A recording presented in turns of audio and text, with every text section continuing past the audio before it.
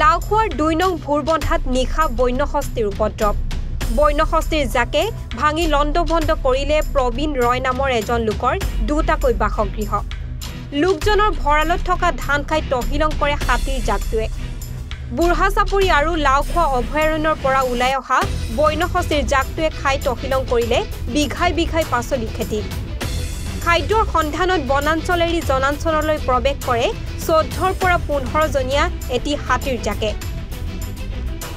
নিশাই স্থানীয় ৰাইজে বন বিভাগৰ লোকৰ সৈতে যোগাযোগ কৰে যদিও গুৰুত্ব নিদিয়াৰ অভিযোগ স্থানীয় ৰাইজৰ এটো আমাৰ ঘৰটো ঘেৰাও কৰি আহিলে মই এইটো ঘৰৰ পৰা হেতু ঘৰত যাব নোৱাৰো পিছত মই এইটো ঘৰৰ পৰা হেতু ঘৰত যে গৈ আছিল মই এইটো ঘৰৰ পৰা হেতু ঘৰত গৈছো লৰা এটা আছিল স্কুলত গৈছে এইটো লৰাটো লৈ ঢাকা মাৰি ঘৰত দিছো পিছত মই ঘুমালো পিছত হেৰি তাৰ দেউতা ঘুমাইছে এই দেউতা ঘুমানোৰ লগতে এইটো ঘৰ ধৰিৰ পিছত মই সিটকাৰিখন মাৰোতে এইটো ঘৰ ধৰিলে এইটো ঘৰ ধৰি পেলাই দুটা এইটো ঘৰটো বাড়িৰ চাইকিটা কি কৰিলে ঘেৰাও কৰিলে আৰু খালি হাতীয়ে খালি কৈছে হা হা কিনেকে যে কৰি আছে মই ঘৰৰ যে লৰাটো সৰু এইটো একেবাৰে কিবা একটা হৈ গৈছে মানে একেবাৰে অজ্ঞান হৈ গৈছে মানে জোৱা নিশা এনেকুৱা হৈছিল কালি ৰাতি কি নষ্ট হৈছে ধান চাউল আজি চাকচোন ঘৰত কিবা আছে ৰান্ধা ঘৰত একো নাই মানে চাউল টাউল একো নাই আৰু টিন সব টিন পাত তাত সব মিলে আৰু ধান চাউল এইটো পেলাই থৈছে কিমান ক্ষতি পেলাইছে সেইটো চাক বৰাবৰ পৰা ধান লৈ খাই গৈছে ২ নম্বৰ বুৰবন্ধা জোৱা নিশা হাতী আহিছিলে ৰাতি কেতিয়া আছিলে হাতী ১৪-১৫ মান হ'ব তো ৰাতি দেখা নাই ৰাতি গোটেই ৩-৪ ঘণ্টা মান ইয়াতে আছিলে কাৰ ঘৰ ভাঙিছে প্ৰবীণ ৰায়ৰ ঘৰ কেইটা ঘৰ ভাঙিছে দুটা ভাঙিছে খেতি বাতি কিবা নষ্ট কৰিছে খেতি বাতি তো ইয়াত সব নষ্ট কৰিছে জাগ আহিছে যদি হাতী এইটো আহি পেলাই বাগুন খেতি মটৰ খেতি এইবিলাক সব খেতি তাত নষ্ট হৈ গ'ল ইয়াত কৃষি প্ৰধান অঞ্চল কৃষকে কৰা খেতি সব নষ্ট বন বিভাগক খবৰ দিছিল নে খবৰ দিয়া হৈছে ৰাতি কিন্তু সিহঁতে উঠাও নাই একবাৰ মাত্ৰ উঠাইছিলে পিছত গাড়ীত তেল নাই সেইকাৰণে অহা নাই বন বিভাগৰ গাড়ীত তেল নাই কি আহ্বান জনাব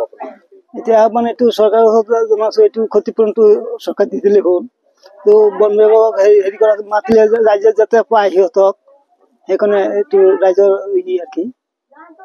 বন বিভাগ জনাৰ লগে লগে বন বিভাগ যাতে আহি পেলাই সিহঁতৰ সুৰক্ষাটো দিয়ে ইয়াত কি নষ্ট কৰিছে বহুত খেতি পথাৰ নষ্ট হৈছেতো এইটো ২ নং বুৰবন্ধা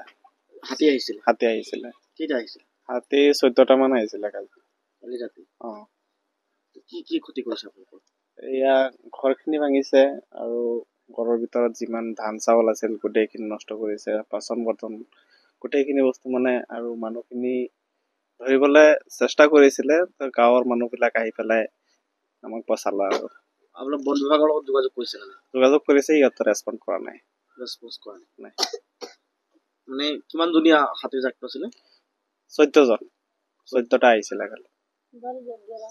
ইয়াত কৃষকৰ খেতি বাতি নষ্ট কৰিছে গোটেই দিন ডেইলি হৈয়ে থাকে এনেকুৱা প্ৰতি নিশা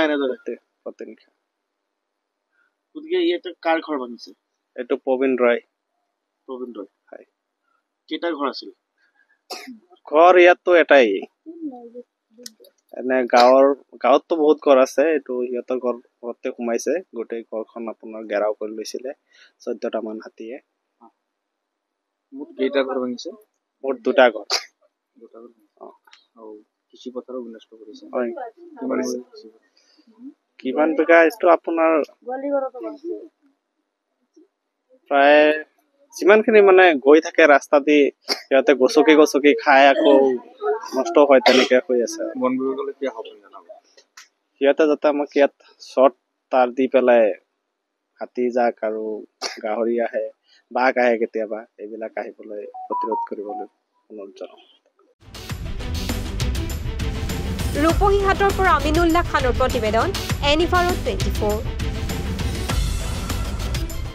নমস্কাৰ মোৰ নাম নিৰূপম শইকীয়া এনি ভাৰত 24 এটা নতুন অনুষ্ঠান লৈ আহি আছে জুবিনৰ গানে কি আনে তাৰ অডিশ্যনসমূহ অসমৰ প্ৰত্যেকটো ডিষ্ট্ৰিক্টত হ'ব আৰু এটা ৰিয়েলিটি শ্ব' হয় আপোনালোকে দিয়া ফোন নম্বৰ যোগাযোগ কৰিব পাৰে আৰু আপোনালোকৰ ওচৰলৈ এনেও গৈ আছে তেওঁলোক আৰু আশাবাদী যে আপোনালোকে এই অনুষ্ঠানটোত ভাগ ল'ব আৰু আশা থাকিল যে আমি খুব সুন্দৰ সুন্দৰ গায়ক দেখিবলৈ পাম ধন্যবাদ